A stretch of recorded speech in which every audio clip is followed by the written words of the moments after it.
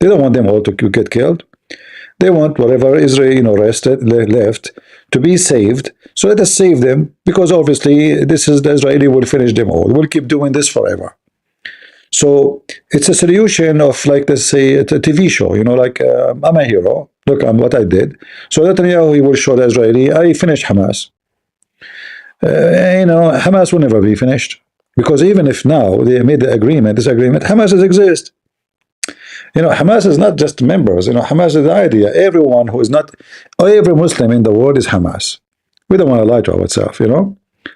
Everyone. I mean, even the atheists are Hamas now. Even the lefty, the homosexual. It's you want to kill an idea. You have to kill the ideology behind it, not the person. The person, you kill one, there's two, there's three, there's four. I mean, they make babies, like, and now they are extending to your schools. So your kids is coming to the streets saying Free Palestine. So the way they treat the disease, the cancer, in the wrong way. They are, everybody is just making a show.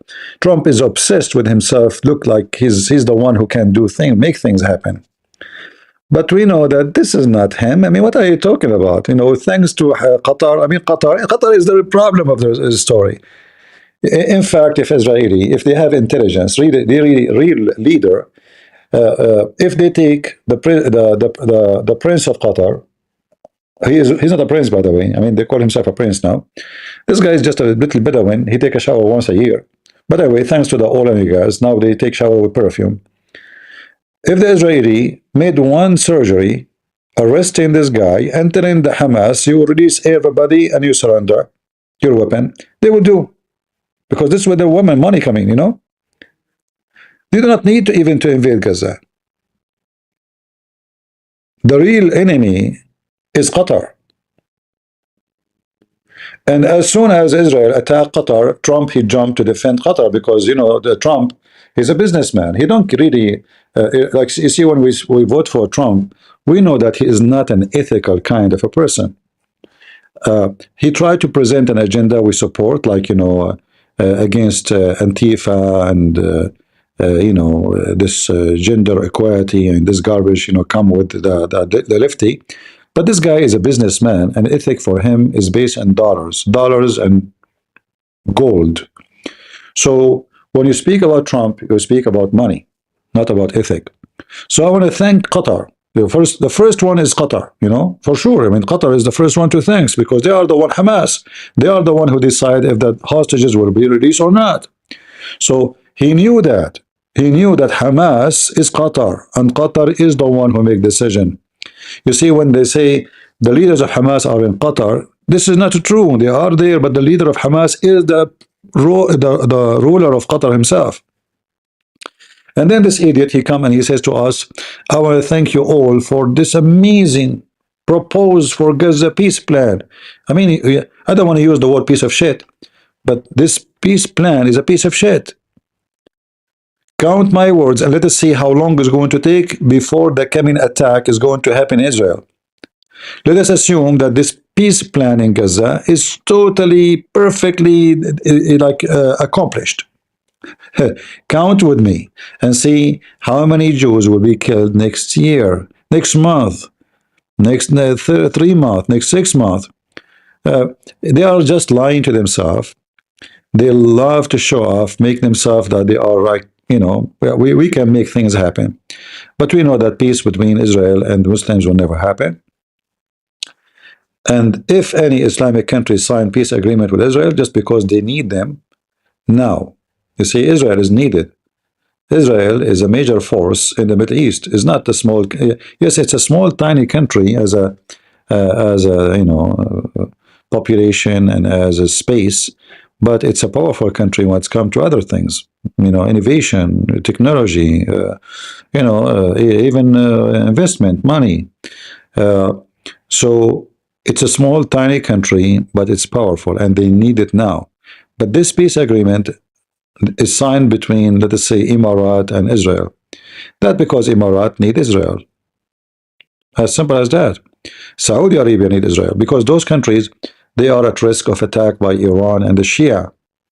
So the pressure of the Shia is what make those Sunni specifically Emirat and Bahrain and Saudi Arabia, seek relationship with Israel as a, let us say, as a backup plan. So it's like we threat the Shia by Israel. We cannot defend ourselves. We say Israel is our friend now. Just take a note, all right? Qatar is a different story. Qatar is protected by the Islamists. In the same time, they don't have protection, which means they are just a small, tiny country, and Erdogan cannot protect Qatar from Iran if Iran decide to invade. Iran is just across the street, and Iran is not, is not a joke. Especially if they want to attack, if they have a war with Turkey.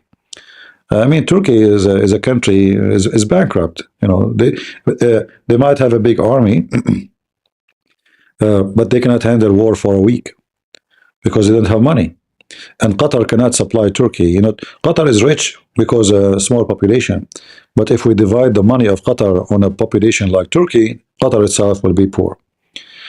So all the drama we see in the Middle East, it just foam above the sewage. Like sometimes you see white foam, you think this maybe look white like snow, maybe, but the second you move the foam, you will see the smell and the shit and garbage and dead bodies. This is how the Middle East is.